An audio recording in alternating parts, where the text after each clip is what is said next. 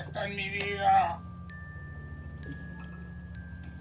Por último, va a empezar a llorar. ¿Se parece usted a la niña del panteón? Sabía que iba a reaccionar de ese modo. Buenas noches. Una vez más, para hablar precisamente de este fenómeno que ha sorprendido al señor Morticio. Los invitamos a que se queden con nosotros hoy, aquí en las Leyendas del Cuervo. Sean bienvenidos a las sombras.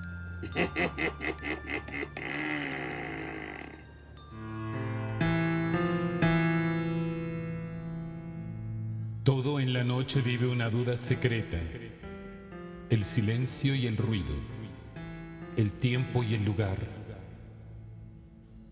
Inmóviles, dormidos o despiertos sonámbulos, nada podemos contra la secreta ansiedad.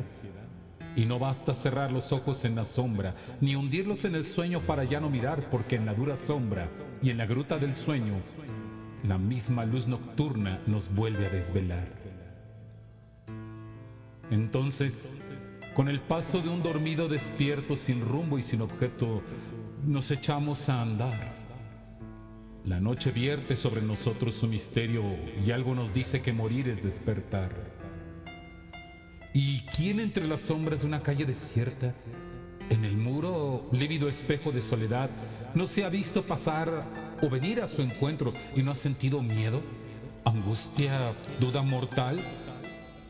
El miedo de no ser sino un cuerpo vacío que alguien, yo mismo o cualquier otro puede ocupar, y la angustia de verse fuera de sí viviendo, y la duda de ser o no ser realidad.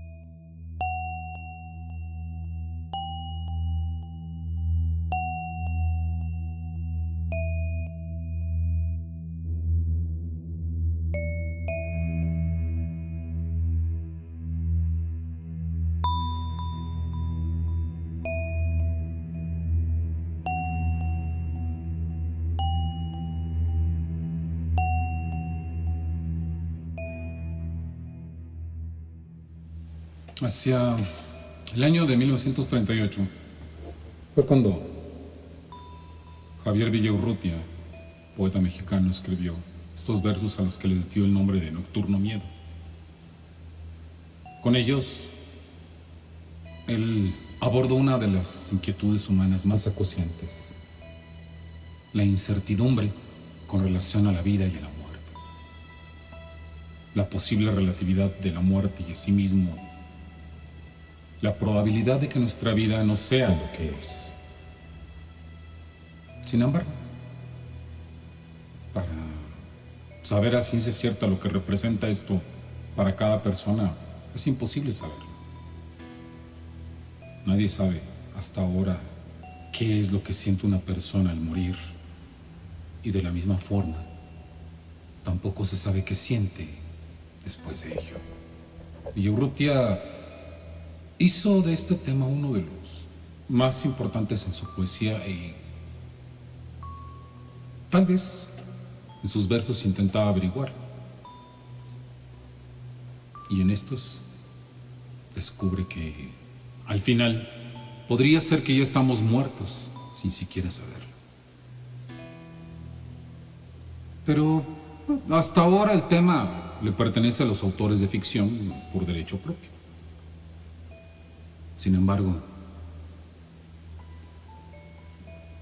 será así en todos los casos. Todo viene a cuento por algo que sucedió hace cierto tiempo en el Panteón de San Bartolo. Lo mandó construir el gobernador Pedro Rodríguez allá por el año de 1901. ahí cerca del camino del Cuautla. Como estaba lejos del centro de la ciudad, bueno, se garantizaba la sanidad y la higiene de los pobladores y se resolvía el problema de la necesidad de un nuevo cementerio. Así que pues resultaba un hecho bastante común y corriente. Pero algo que llamó la atención cuando construyeron este lugar fue un detalle que me hizo recordar y pensar si no la gente de este lugar, el gobernador y la administración, estaban enterados de ciertas cosas que se dicen sobre la apertura de los panteones. El hecho es que es de conocimiento popular que la primera persona en ser enterrada en un panteón es la que se convierte en el guardián del cementerio. Y este guardián se va a encargar de velar por la seguridad de los restos de las personas que ahí están reposando. De esta tradición en realidad viene de Europa y hubo momentos en que fue bastante macabra, sobre todo por ahí en los años de la peste negra, ya por 1347 y 1350 y tantos. Se abrieron muchos cementerios por causa de la necesidad que había de ellos. Y se cuenta que con la necesidad que había de estos lugares, no era extraño que de repente localizaran a las personas indigentes de los pueblos, las personas menesterosas que no tenían familia a la que les importara. Y se dice que les daban muerte para abrir el panteón a la brevedad posible y que estas personas se convirtieran en los guardianes del cementerio. Pero la verdad es que la gente siempre ha contado muchas cosas alrededor de los panteones, siempre. Por ejemplo, se dice que si pasas cerca de un cementerio, tienes que pasar tratando de contener el aliento, porque si respiras, absorberás alguna de las almas que están vagando por ahí. U otra que dice que si pasas por el cementerio en Día de Muertos, en la noche, tú serás capaz de saber quién va a morir próximamente. Pero los que saben de esto dicen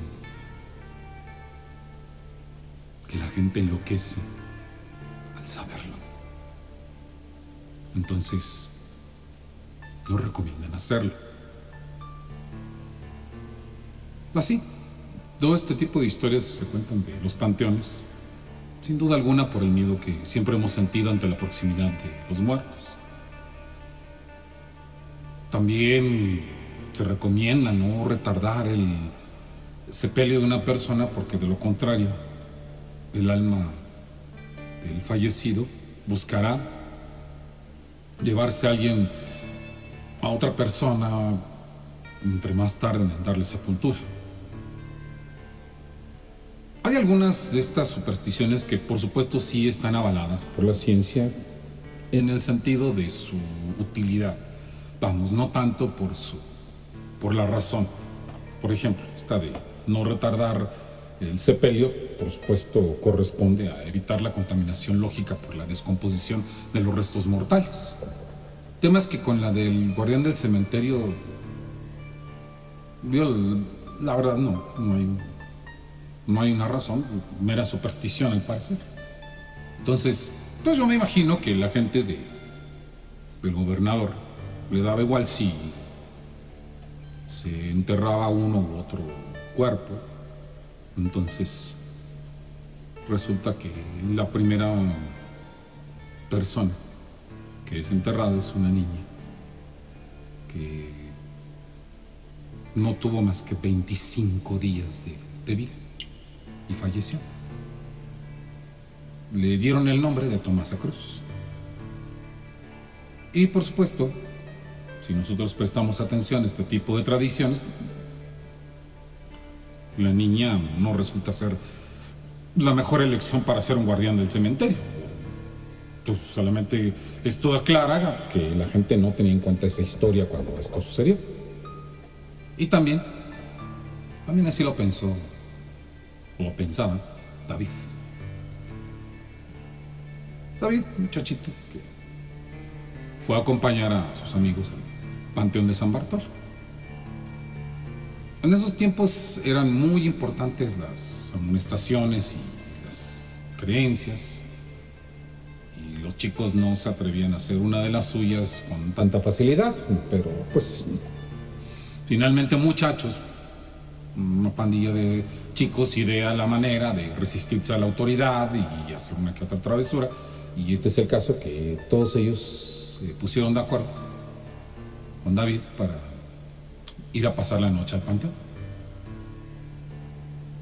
Habían conseguido el permiso de los papás para irse a dormir todos a la casa de Miguel. Pero Miguel consiguió salir de su casa con el mismo pretexto, diciendo que iba a dormir a casa de otro amigo. Entonces, pues, hoy en día sería muy complicado, pero entonces no había los dispositivos con los que contamos hoy en día. Entonces, pues, con esta estratagema, que solamente tenía una falla, hicieron una velada ahí en el Panteón de San Bartolo.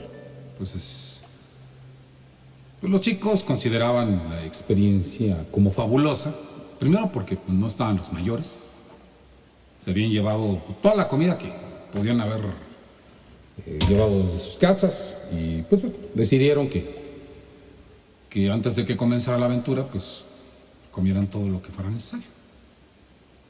Algunos de ellos llevaron dulces, y pues los dulces produjeron el mismo resultado que le puede producir a los mayores el tomar café. Les hizo estar más despiertos y llenos de energía para pasar toda la noche. Y en esa noche se la pasaron preguntándose cosas que siempre se habían preguntado sobre los panteones, pero pues que no, o no les respondían en caso, no les hacían caso, o evadían las preguntas.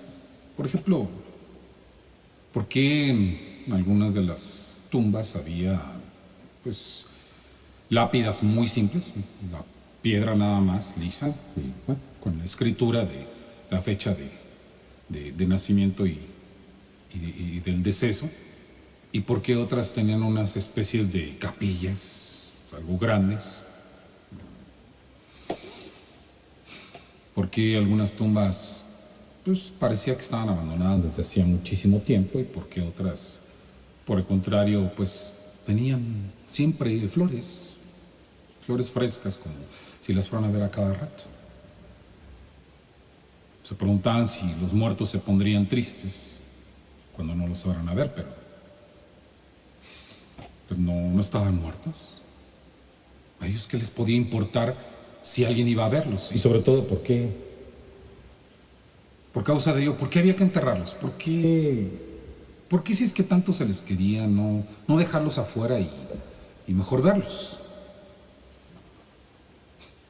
Todas estas cosas empezaron a platicar los niños con las distintas experiencias que habían tenido con el tema de la muerte.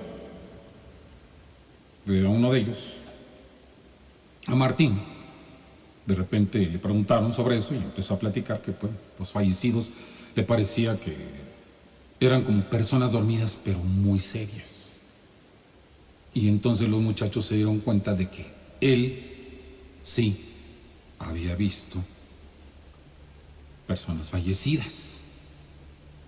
Les pareció muy interesante porque a muchos de ellos no los dejaban ir a los velorios y por supuesto ni siquiera tenían idea de lo que estaban hablando cuando los otros empezaron a mencionar más o menos lo que les había pasado en un velorio, y en cambio él le estaba contando todo lo que había vivido en ellos, porque al parecer pues los papás no tenían mucho problema en darle a conocer este tipo de cosas. Anden ustedes a saber la forma en que crían a los muchachos, ¿no?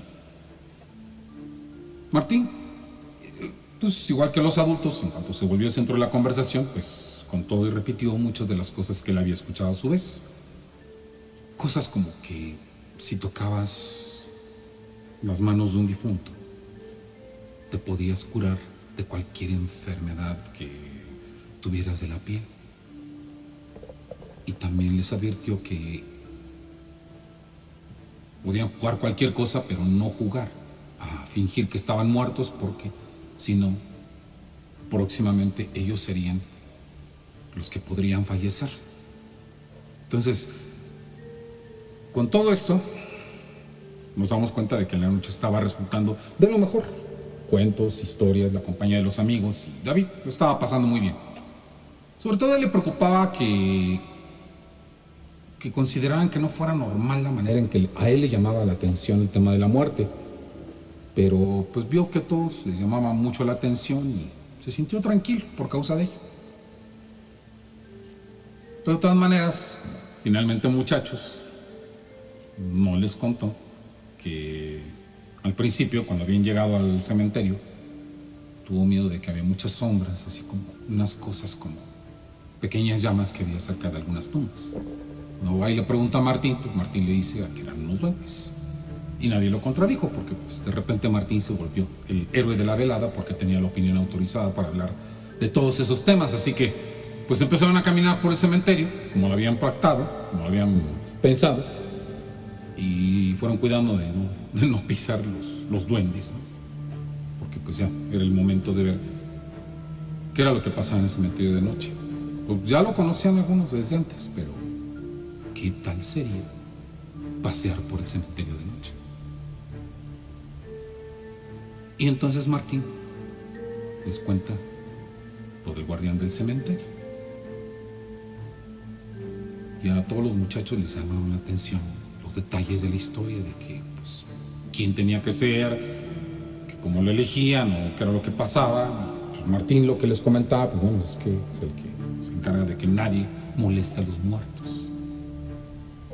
Entonces David, como estaba muy metido en el tema, pues es el primero que pregunta, ¿cómo se van a molestar si ya estaban muertos? Y entonces pues pensaron que a lo mejor realmente los muertos no se morían, sino que solo dormían. Cosas que se piensan que, pues obviamente si ellos estaban dormidos, lo que le pasara a sus cuerpos también les afectaba. Entonces pues consideraron que mejor, para sacarse la duda de encima, pues lo más lógico era ir a la tumba de Tomasa Cruz, porque sabían que ella había sido la primera persona que habían enterrado en el cementerio. Entonces, pues, David se limitó a seguirlos caminando. Las noches en los cementerios suelen ser probablemente más llamativas. Vamos, tiene su algo de belleza, porque el cielo es más claro, no hay edificios que te estén estorbando la visión, las nubes, los árboles, los cuervos que van volando por el cielo, incluso hasta puedes ver los insectos que están revoloteando por ahí. Y los ruidos son como de campo muy tranquilo. Los grillos, sí, por supuesto, más que en el pueblo. Mosquitos. Y los pasos de ellos se escuchaban muy claros cuando iban apisonando la tierra. Entonces se dieron cuenta cuando llegaron ahí que el lugar donde estaba la tumba de la niña Tomasa pues era el lugar donde había menos luz en todo el cementerio. A lo mejor era porque, pues, como era la primera persona en ser enterrada, la había tocado en el lugar más lejano. Y pues en ese momento, caminando, David le señala a sus compañeros que allá, cerca del sepulcro, había algo o alguien.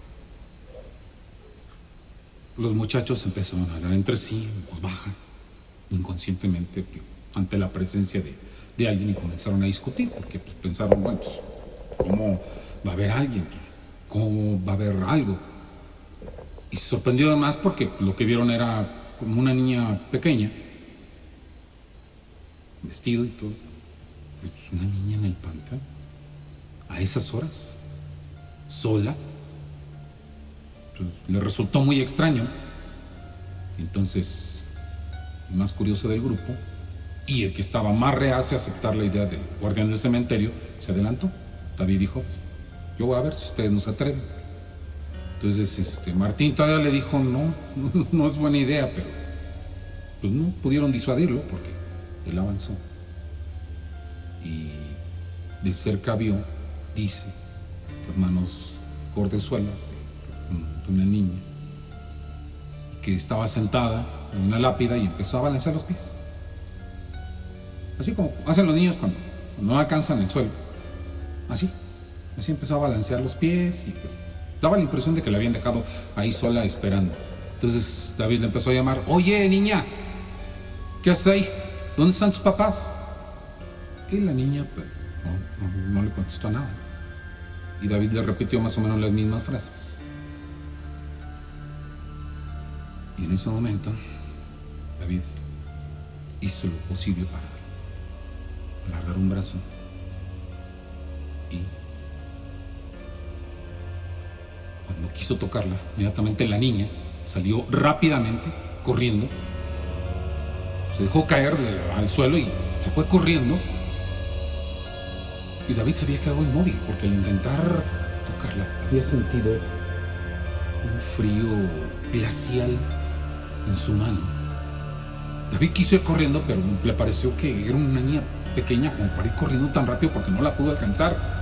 Y después escuchó los pasos apresurados de sus amigos que habían emprendido la carrera en medio de desorden y gritos.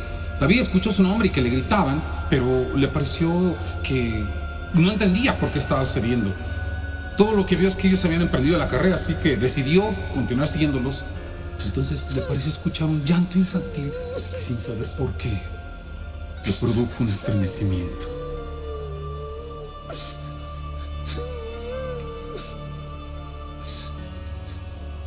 Al llegar con ellos,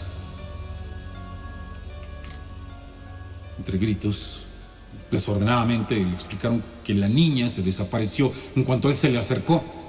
Y David no podía creerlo. Él solamente había visto una niña que empezó a correr entre las tumbas hasta desaparecer de su vista.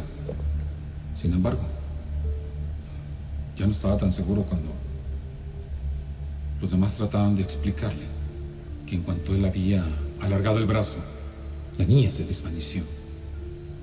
Y en eso estaban nomás distraídos cuando alguien le tocó el hombro y todos lanzaron un grito. Pero era un adulto.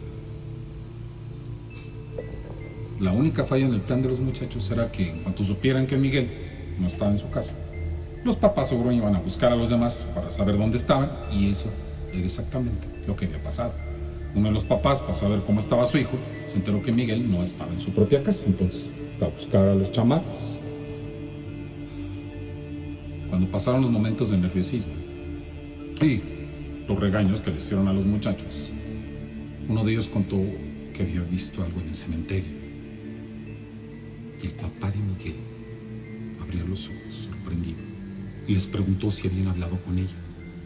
Todos dijeron que no, que David había intentado llamar su atención, pero que la niña no le había hecho caso.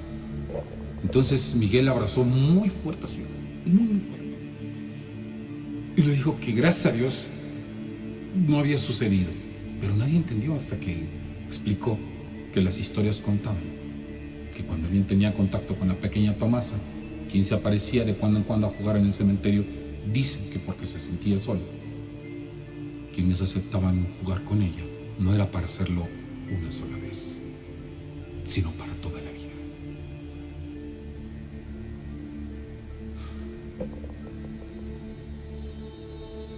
David, que no creía en la historia del guardián del cementerio, había comprendido ahora cómo es que la niña Tomasa cumplía esa macabra labor. Y no pudo sino mirar atrás a las otras tumbas y sintió que los vellos se le erizaban en la espalda, sabiendo que tan cerca estuvo de no volver.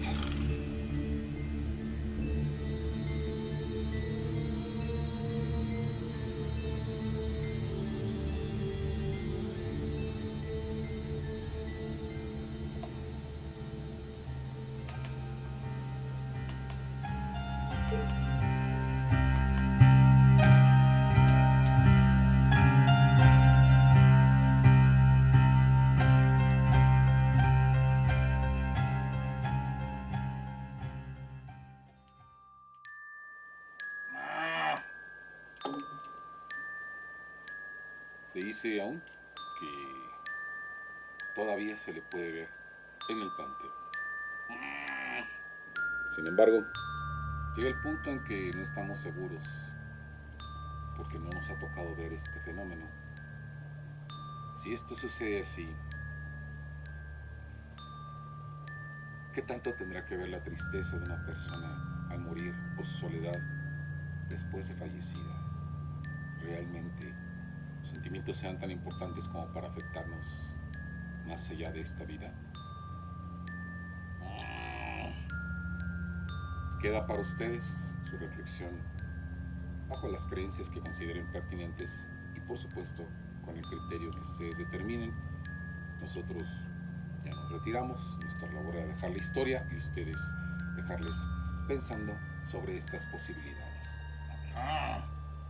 Queremos nosotros, por supuesto, invitarlos al resto de las redes sociales de las Leyendas del Cuervo.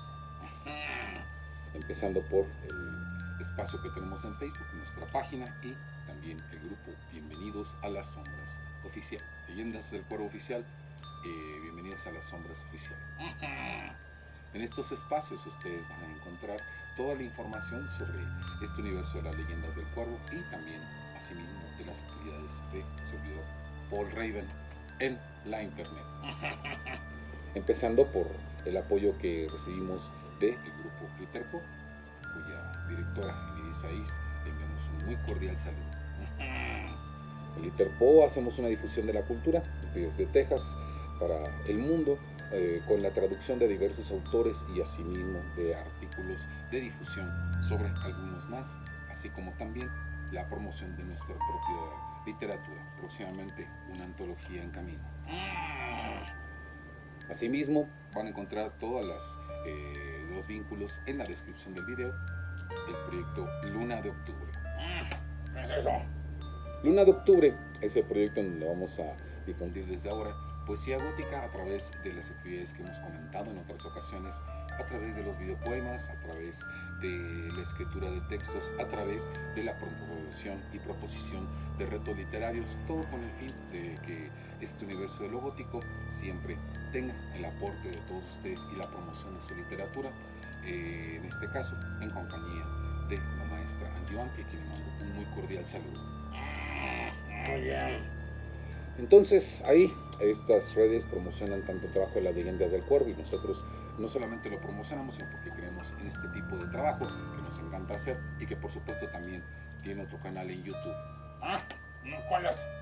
El canal de YouTube de Luna de Octubre. Ya lo pueden encontrar bajo ese nombre. Ahí van a encontrar todas estas cuestiones de los videopoemas y también los libros del cuervo, espacios que hacemos en vivo en Facebook y que después subimos en forma de videos tratando acerca de temas interesantes e importantes para esta comunidad gótica, temas de oscuridad, de la muerte, sobre vampiros y asimismo de otros autores de horror, además de Howard Phillips Lovecraft, de Edgar Allan Poe y algunos que nos sorprendería saber cómo son. Sin embargo, todo esto, si ustedes gustan unírsenos, vamos a agradecérselos, así como agradeceremos que se suscriban al canal, que pues lo que requiere pues es que ustedes se suscriban, que ustedes nos otorguen un like, que nos hagan un comentario y que activen la campanilla. Todo esto, acciones muy necesarias para evitar de este modo la oscura leyenda del algoritmo. Y pues bueno, sin más por el momento, agradecemos muchísimo toda la atención, esperamos que hayan disfrutado lo de hoy y los esperamos el próximo martes para darles una vez más la bienvenida a las sombras.